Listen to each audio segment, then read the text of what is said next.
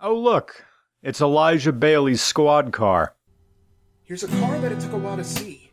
It's the end of our Nashville Odyssey. And if you find an auto lover or an automotive brother, bring them here and they'll never want to leave. What if Tesla never happened? Well, then superficial, business-class ecologists from Yandar would be driving these instead of Model S's. This car doesn't exist. The Volkswagen XL1 never got out of the pre-production phase. About 250 examples of this futuristic, this almost decade-old futuristic car exist. In 2011, Toyota ruled the electric cars with the Prius and its successful offspring. Toyota couldn't build enough hybrids.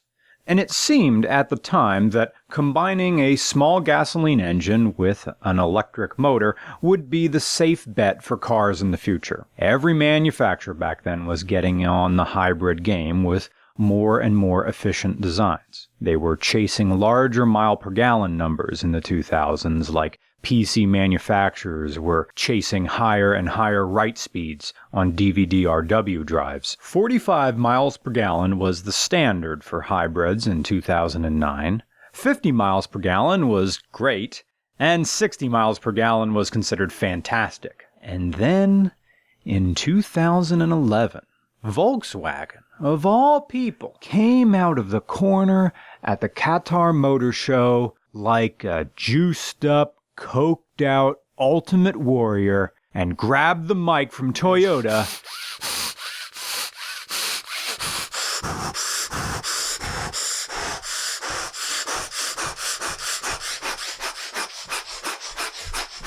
I am the greatest manufacturer on all continents! You are all nothing compared to the light that shines from your Knights Templar forge! You are the valley, I am the isthmus! I know thy keep of thy wheat, and the keeper of the one stone! I give you, without quest, 260 miles per gallon! I am giving you 260 miles per gallon in 2003! I'll take all of you on! No teammates! Just me in the steel cage! 2003! If you dare! and Volkswagen ran out of the Qatar Motor Show, leaving a wake of creatine, Mexican supplements, and confusion behind. How was Volkswagen going to make good on 260 miles per gallon? Here's what they did. They used as much carbon fiber and magnesium and different alloys in its construction as the budget allowed. This kept the curb weight just under 1,800 pounds. Wind resistance taxes mileage, so the XL1 had no side mirrors. In its place were cameras, sending a video signal to two monitors inside the cabin. Rolling resistance was a problem, and since we don't have repulsor technology yet, let's eliminate as much tire as we can. Viewed from the side, the Volkswagen XL1's wheels look contemporary. But viewed head-on, the wheels and tires look like space-saver donuts. They're also harder than train wheels. The wheel setup is also staggered. The rear wheels are closer together than the front wheels, which aids in creating a traditional teardrop shape to the body. General Motors used the same trick with the EV1 over a decade prior, and both cars had similar drag coefficients of around 0.18. The drivetrain, here we go. It's not exciting. The XL1's electric motor makes 27 horsepower and 74 foot-pounds of torque. The assisting internal combustion engine is an 800cc, two-cylinder, turbo diesel, making 47 horsepower and 98 pound-feet of torque. The two power sources cooperate like a Prius. Electric power for pulling away slowly, creeping through town, assaulting Dwight Schrute, and inchworming through stop-and-go traffic. The diesel engine is for highways, maintaining a minimum charge and hard acceleration.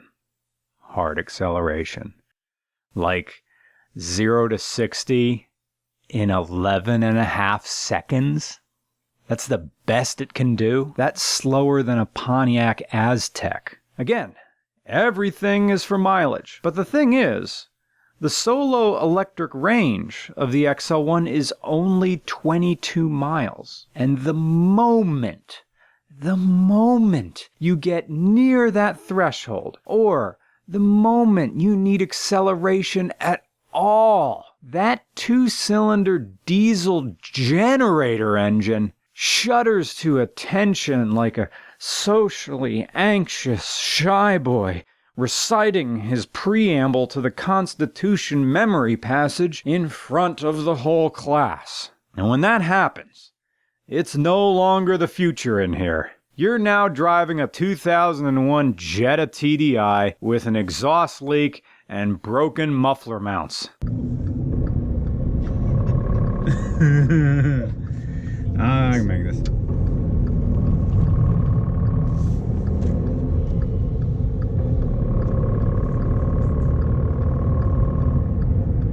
And the Jetta buttons and switches amplify this transformation. Why does this car exist? What was its purpose? Who did it serve? Volkswagen XL1, the wisdom tooth of cars. When people saw this car on the road, their immediate thought was, okay, what movie is this from? It's a replica car, right?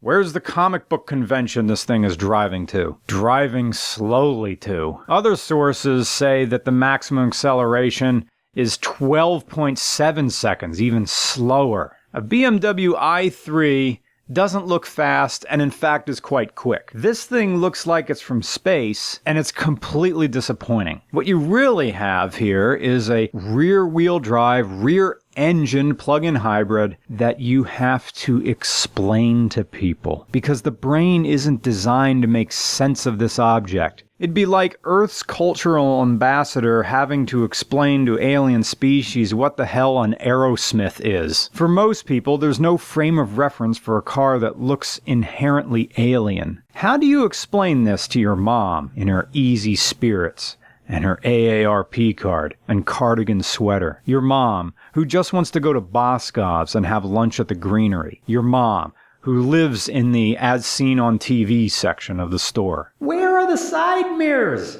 Well, Mom, you see, they have E-mirrors. They reduce the drag coefficient and the vehicle width, and they reduce your blind spot. I don't like E-things. Why does everything have to be E-things? Did your father give me E-flowers for my birthday? Did he give me E-cards for Valentine's Day? Well, actually, ever since he got Facebook... Whatever happened to things you could just touch with your hands? I swear, I hope I'm long dead before you end up giving me robot grandchildren. Just for that, Ma, I'm naming my first son Asimov. What? Nothing. Sure, the argument is that this car isn't for her, but then it's hard to figure out who this car is for, or who they thought this car was going to be for. It has the fuel economy of a car that should appeal to the more fiscally judicious. I know I said it only went 22 miles on electric charge, but when the powers of diesel and electric combine, the range of this car is in fact 310 miles. But from a price standpoint, it was cost prohibitive, especially to the economically minded. With the 2013 limited production run of the XL1 going for an MSRP of about $146,000 US. Before Tesla, and to a lesser extent Fisker, this would have been the only car that would let you be ecologically conscious and look like a baller. So fine. It's for wealthier types who wanted a hybrid that looks like something you drive out into the woods to abandon your robot child, Daniil. But this seems almost too strange for people who are focused on appearances. It's somehow cool, but entirely sexless. It's got an angular allure, like an egg-shaped vibrator, and the sex appeal of a department store mannequin. And it has an underbody that's fully closed, like 90% of storefronts at your local mall. The brochure was more smug than a property owner in Northern Liberty's Philly. The XL1's design rigorously obeys the laws of aerodynamics and reaches new dimensions in drag coefficiency. This brochure is mostly negative space. The brochure is white. The pages are also And the car? Yes. The seats are staggered, so you don't have to talk to each other. Back window? There's none. I don't have to go fast. People will wait for me.